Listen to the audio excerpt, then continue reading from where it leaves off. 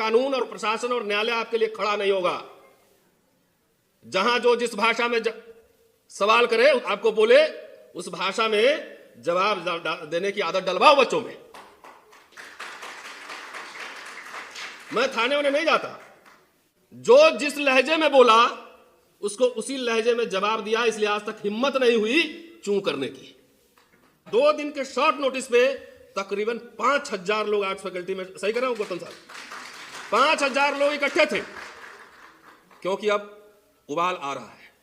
इस देश में संविधान विरोधी काम चल रहा है, संसद मार्ग पर संविधान जलाया गया, साधु लोग, बाबा लोग खुलेआम संविधान पर और संसद पर हमला बोल रहे हैं, कह रहे हैं कि हम संविधान नहीं मानेंगे, हम मनुस्मृति लागू करेंगे, और आपके खून में उबाल नहीं आ रहा है,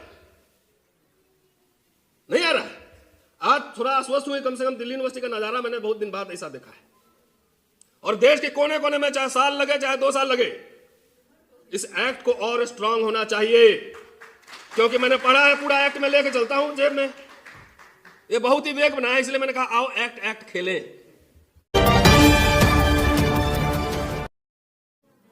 रोस्टर के सवाल पर अगर वो लड़ाई नहीं लड़ी गई होती, यहाँ पे अनिल जहीन साहब भी हैं, बावन मिश्राम भी हैं, राजेंद्र पाल गौतम भी है, सूरज जी, तमाम लोग, संदीप है, सुधांशु है, तमाम लोग, अगर वो लड़ाई नहीं लड़ी जाती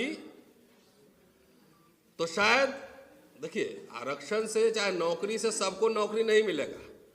अगर आरक्षण खत्म भी कर दिया जाए तो भी सारे जनरल कैटेगरी या सवर्ण को नौकरियां नहीं मिलेंगी, लेकिन नौकरियां जो है एक प्रतिनिधित्व का मामला है कि हमारे घर के लोग भी नौकरी कर सकते हैं, प्रोफेसर बन सकते हैं, जज बन सकते हैं। तो वो लड़ाई अगर नहीं लड़ी गई होती तो शायद जो होप, जो आशा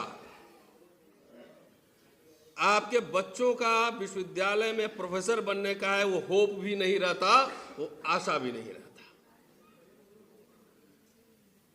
मुझे याद है संविधान बचाओ संघर्ष समिति के बैनर तले मीटिंग हुई थी, और देश भर में ऑल पॉलिटिकल पार्टी से हम लोगों ने मुलाकात की थी, जिसमें तेजस्वी यादव जी ने समर्थन किया था, हमें अखिलेश जी से मिला था, मांझी साहब भी समर्थन किए थे, माले के लोग भी समर्थन किए थे, तमाम लोगों से जा जाके हम लोगों ने मुलाकात की थी, समर्थन किया था,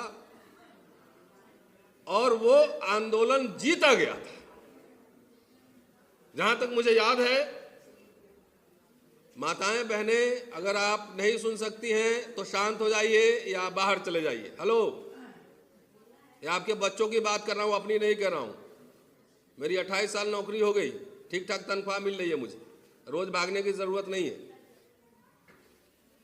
आपके बच्चों की बात कह रहा हूं। तो वो लड़ाई अगर नहीं लड़ी गई होती और लोगों ने समर्थन किया, 1 साल पूरी तैयारी की गई थी, और ये संदर्भ बता रहा हूं, धर्मेंद्र यादव, शरद जी, जिग्नेश मेवानी, तमाम हम लोग विश्वविद्यालय में कार्यक्रम किए, कई जगह देश में कार्यक्रम किए, और तब मुझे याद है कि 22 मार्च शायद नहीं 22 फरवरी को कॉल दिया गया था कि 5 मार्च को भारत बंद होगा, और 1 दिन पहले प्रकाश जावड़ेकर जो है वो थे एचआरडी मिनिस्टर, 1 दिन पहले फोन आ गया हम लोग के पास कि कल प्रेस कॉन्फ्रेंस होगा और सरकार अध्यादेश ला रही है और आपका 200 पॉइंट रोस्टर सिस्टम लागू होगा। ठीक कह रहा हूं अनिल जी? कहने का मतलब क्या है? सारी लड़ाइयां न्यायालय में और संसद में नहीं लड़ी जाती हैं। न्यायालय में, संसद में और कॉन्स्टिट्यूशन क्लब में नहीं लड़ी जाती है। कुछ लड़ाइयां सड़कों पे लड़ी जाती है। लोहिया जी का बार बार कोट है, और बाबा साहब भी आंदोलन ही करते थे, किसानों का आंदोलन, श्रमिकों का आंदोलन, अस्पृश्यों का आंदोलन। इस संसद में नेता तब तक नहीं बोलेगा, ये हम लोग का अनुभव है, जब तक कि आप सड़क को गर्म न कर दें। लोहिया कहते थे ना कि जब सड़कें सुनसान हो जाएगी तो संसद आवारा हो जाएगा। अभी कुछ दिन पहले 2026 यूजीसी एक्ट, आपको बता दूं कि विश्वविद्यालयों में चप्पे चप्पे पे, पग पग पर भेदभाव है। और प्रसंगवश मैं अपनी बात नहीं कह रहा हूं बार बार, लेकिन आपको उदाहरण देने के लिए समझाना बेहद जरूरी है। अमूमन आप में से जानते हो कि मैं डरता नहीं, वही है नहीं, अभी उन पर मुकदमा नहीं हुआ है, अब मेरे ऊपर है कि सब जानते हैं। आप आइए, हिंदू कॉलेज में हम रहते हैं, आराम से ठाठ से रहते हैं, डरते नहीं है, चाहे मोदी सरकार हो, चाहे वाइस चांसलर हो, चाहे कोई भी हो। जब मेरे जैसे आदमी के साथ दमन और भेदभाव हो सकता है, तो आपके बच्चे क्या हैं? जाके देखिए क्लासरूम में, मैं देखता हूं, चेहरा देख के मुझे पता लग जाता है कि बच्चा क्या सोच रहा है। तकरीबन 3 दशक का अनुभव है पढ़ाने का। क्लास में चेहरा देख लेते हैं बच्चों का ना, तो मुझे ये समझ में आने लगता है कि उसके अंदर क्या चल रहा है। तो आपके बच्चों के साथ क्या होता होगा, ये आप कल्पना कर सकते हैं। मैं डरा नहीं, मैं झुका नहीं। मेरे ऊपर 10 साल पहले, और जज महोदय को मैं कहना चाहता हूं कि आप एक सर्वे करा लें विश्वविद्यालय में, सिर्फ छात्रों में नहीं, शिक्षक, नॉन टीचिंग सब में करवा लें कि कैसे डरा के और धमका के जो लोग आपके अधिकारों की लड़ाई लड़ रहा है, जो बोल रहा है, जो सवाल उठा रहा है, उसके ऊपर ज्यादा दमन हो रहा है। जो लोग इनके साथ जाके मिल गए हैं कि मालिक चवन्नी दे दीजिए, थोड़ा रबड़ी नहीं तो जलेबी ही दे दीजिए, मालिक कुछ दे दीजिए, उन लोगों का कोई दिक्कत नहीं। वो सब अपने नाते रिश्तेदार, पत्नी को नौकरी लगाने में बिजी है। लेकिन मैं जानता हूं कि आरएसएस और बीजेपी के शासनकाल में पूरा संविधान खतरे में है, और जब ये संविधान खतरे में है तो जो चवन्नी और रबड़ी मांग रहे हैं उनका भी भविष्य खतरे में है। मैं दावे के साथ कह रहा हूं ये बात। हमारी लड़ाई किसी प्रशासन से, किसी सरकार से व्यक्तिगत नहीं है, वो सैद्धांतिक लड़ाई है, सैद्धांतिक लड़ाई है। मुझे क्या था, आराम से नौकरी है, बंगले में रह ही रहा हूं, सब कुछ था ही। 10 साल से सब कुछ रुकवा के, प्रमोशन रुकवा के, पासपोर्ट जब एक तरह समझ लिए हो ही गया, वीजा रिजेक्ट करवा के, सब कुछ करके बैठा हुआ हूं। इनके कुछ सब कुछ करने के बावजूद इनके वश में नहीं आया, तो अंतिम क्या होता है, इसको उत्पीड़न केस में फंसाओ। हम ले आओ बहन जी, कोई बात नहीं है, प्रोसीडिंग फेस कर लेंगे। 10 साल पहले एक आरोप मेरे ऊपर लगा, ये सब आपको समझाने की जरूरत, इसलिए बच्चों को बहादुर बनाइए, कायर मत बनाइए। जो कायर बनेगा कभी आत्मसम्मान के साथ नहीं रह सकता। 85-90 कह रहा, सब कायर बैठे हुए, 85-90 कायर। 10 साल पहले एक आरोप लगा, मैंने प्रोसीडिंग फेस की, प्रोसीडिंग का रिपोर्ट सबमिट हो गया। 10 साल आज तक मुझे वो रिपोर्ट नहीं मिला। इसका मतलब मैं अभी तक क्रिमिनल हूं? क्या हूं मैं? मुझे high court, Delhi high court का दरवाजा खटखटाना पड़ा कि जो रिपोर्ट 90 दिन के अंदर मिल जाना चाहिए था, वो 10 साल क्यों लगे? क्या ये भेदभाव नहीं है? एक आदमी के ऊपर क्रिमिनल आप केस कर दें और उसका रिपोर्ट नहीं दे, या तो मैं गुनहगार हूं तो मैं चुनौती देता हूं वाइस चांसलर को, या प्रिंसिपल को, या एचआरडी मिनिस्टर को, या जो भी संस्था है कोर्ट को, मुझे प्रोसिक्यूट करो, मुझे सजा दो, सजा दो। और अगर मैं दोषी नहीं हूं तो जिसने मेरे ऊपर फर्जी मुकदमे लगाए हैं उसको जेल में डालो। है हिम्मत? है हिम्मत? मैंने तो सारी प्रोसीडिंग फेस करी, अभी तो मेरा एक प्रोसीडिंग भी आप फेस नहीं कर पाए हो। यह होता है ईमानदारी की लड़ाई। मैं प्रसंगवश ये कहा है, पिछले 2 साल पहले जम्मू कश्मीर में एक प्रोफेसर सुसाइड कर लिया। छात्रों को तो छोड़ो, अभी मेरे कॉलेज में समरवीर सिंह, ओबीसी। अभी ओबीसी लगता है दिमाग में कुछ क्षत्रिय का कीटाणु काट रहा है, काट रहा है, कुछ ठीक हो रहा है। मेरे कॉलेज में, हिंदू कॉलेज दिल्ली यूनिवर्सिटी, बेंगलोर में टीचर्स ने प्रोटेस्ट किया, वहां पर दलित टीचर लोग। ये सब हो रहा है। और विश्वविद्यालय में और यूनिवर्सिटीज में क्यों हो रहा है ये सब? IIT IIM से मैं जानता हूं, IIM में भी जाता हूं और यहां भी जाता हूं। डर के मारे बोलते नहीं आपके बच्चे।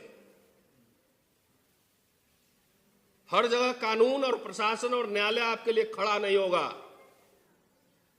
जहां जो जिस भाषा में सवाल करे, आपको बोले, उस भाषा में जवाब देने की आदत डलवाओ बच्चों में।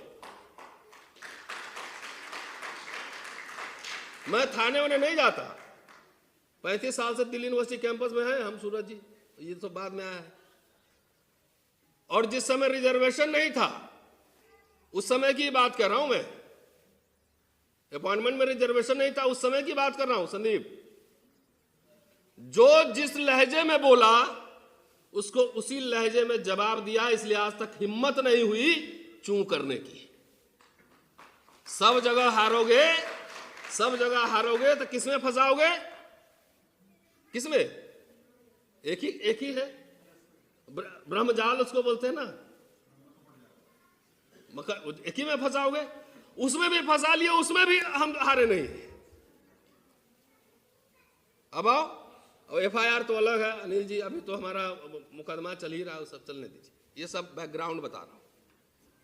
आज मैं दिल्ली विश्वविद्यालय में था और मुझे खुशी इस बात की है, within A short period of time, एक नोटिस पर हम लोगों ने सोशल मीडिया पे 2 दिन पहले डाला है, सिर्फ 2 दिन पहले, कि जो UGC एक्ट आया है 2026, वो सिर्फ SC ST के लिए नहीं है, याद रख लेना।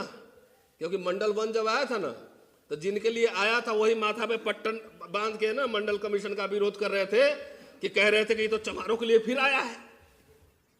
इंटरेस्टिंग, दलित लोग मंडल के लिए लड़ रहे थे और जिनको लाभ मिलना था वो कह रहे हैं कि चमारों के लिए आया है।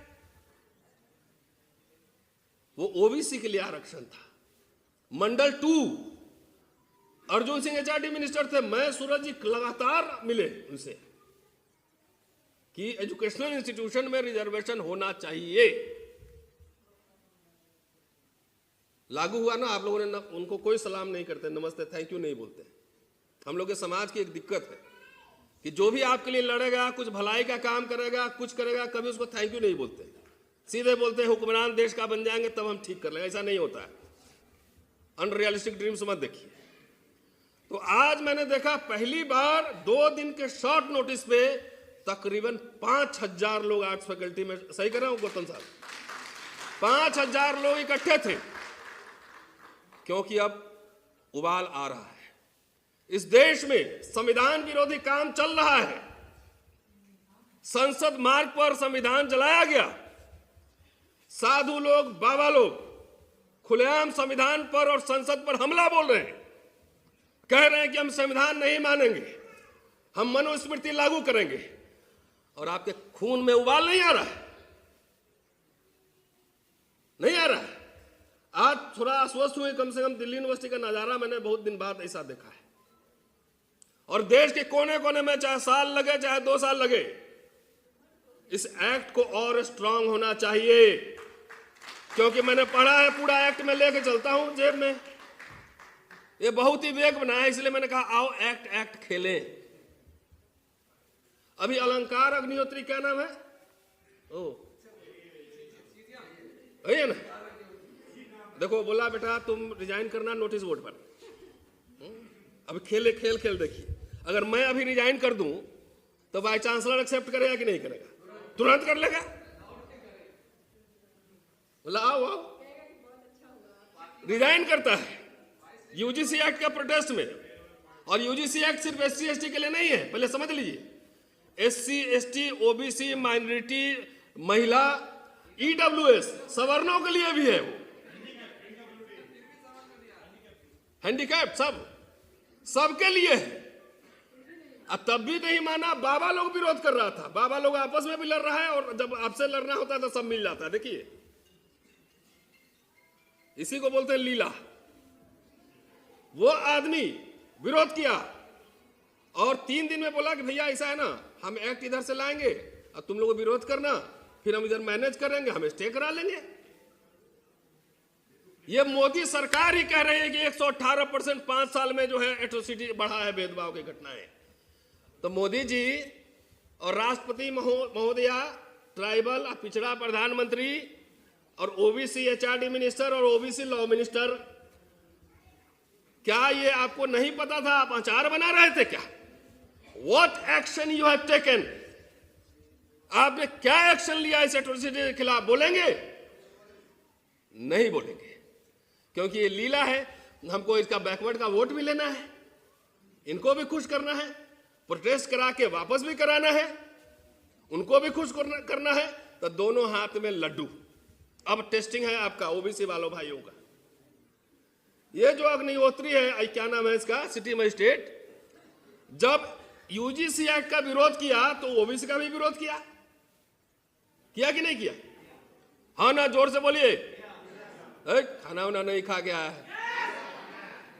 ओबीसी का भी किया, और अब कह रहा है कि 7 तारीख से हम SC ST एक्ट के खिलाफ देशव्यापी आंदोलन करने जा रहे हैं, क्योंकि इससे जो है ना सवर्णों पर, ओबीसी पे गलत मुकदमे लगते हैं। अब देखिए कितना तरीके से आपको मिला भी लिया। मुझे उस दिन का इंतजार रहेगा कि जब ये आपके पास आए कि SC ST एक्ट का खिलाफ इसका विरोध करो, तो उस दिन लालू जी के भाषा में लाठी में तेल पिला के रखना, तेल पिला के रखना लाठी में। यही लोग आपको यूनिवर्सिटी में आपके बच्चों को NFS कर रहे हैं, नॉट फाउंड सुटेबल। यही लोग आपके बच्चों को एट्रोसिटीज करते हैं, और अब SC ST में और ओबीसी में लड़ाने के लिए, अरे भाई अपने बच्चों को अच्छा संस्कार दो। इस देश में हमको 5 इंस्टांस दीजिए कि जहां पे SC ST ओबीसी के लोगों ने सवर्ण का एट्रोसिटी किया हो, टॉर्चर किया हो। 5 एग्जाम्पल दीजिए जज साहब। आप इंटरनल सर्वे करा लो, हर जगह वाइस चांसलर आपके, प्रिंसिपल आपके, डायरेक्टर आपके, प्रोफेसर आपके, है ना। आप कत्ल भी करते हो तो हंगामा नहीं होता, और हम आ भी बढ़ते हैं तो हो जाते हैं बदनाम, है? तो बात समझो, ये अभी SC ST एक्ट का भय दिखा के, और आप अगर एट्रोसिटी करते हैं दलितों पर, तो जाइए अपने घर में सोचिए, माता पिता को कहिए कि बच्चों को अच्छा संस्कार दे। आप भी अगर ऊपर बीच में बैठोगे और समझोगे कि हम अपर कास्ट हैं, तो ये समझ लो कि अपना गड्ढा खुद ही आप खोद रहे हो। आप दोनों तरफ से जाओगे, न दलित आपको समर्थन करेगा, ऊपर तक गिद्ध निकाल के बैठाई हुआ है, मारो खट से। यादव जी, यह काम है भैंस चराना, यूनिवर्सिटी में काहे पढ़ाएंगे? ये कहा जाता था ना, कर्पूरी जी के बारे में जो गालियां पड़ी हैं, और मैं कुछ आंकड़ा लेके आया हूं, अगर बोलेंगे 2 मिनट टाइम है तो मैं बोल दूं। मैं कर्पूरी जी के भाषण से ही लाए हूं। कर्पूरी जी को भारत रत्न दिए हैं, भारत रत्न। और 1973 में कर्पूरी जी एक भाषण दे रहे हैं विधानसभा में, और पूरे बिहार में 12 जगह दलित एट्रोसिटीज हुआ है। हम किसी के ऊपर फंसाने के पक्ष में नहीं है, लेकिन आप क्रिमिनल एक्ट कर रहे हैं, आप किसी को मार रहे हैं, किसी का जमीन हथिया रहे हैं, तो आप जाति नहीं, ओबीसी नहीं, आप क्रिमिनल हैं। आप सवर्ण नहीं, आप क्रिमिनल हैं। यह बात समझिए, क्लैरिटी। तो 12 जगह का आंकड़ा दिया, उन्होंने 4 तरह के कारण बताए, सामाजिक, आर्थिक, प्रशासनिक, सांस्कृतिक। और जो दलितों पे खास तौर से उनका भाषण है, 2 वॉल्यूम पूरी भाषण का कलेक्शन है, और उस भाषण में लास्ट में कह रहे हैं, जो इंटरेस्टिंग है, जहां तक सामाजिक क्षेत्र की बात है, मैं मानता हूं कि भयंकर क्रांति करने की जरूरत है,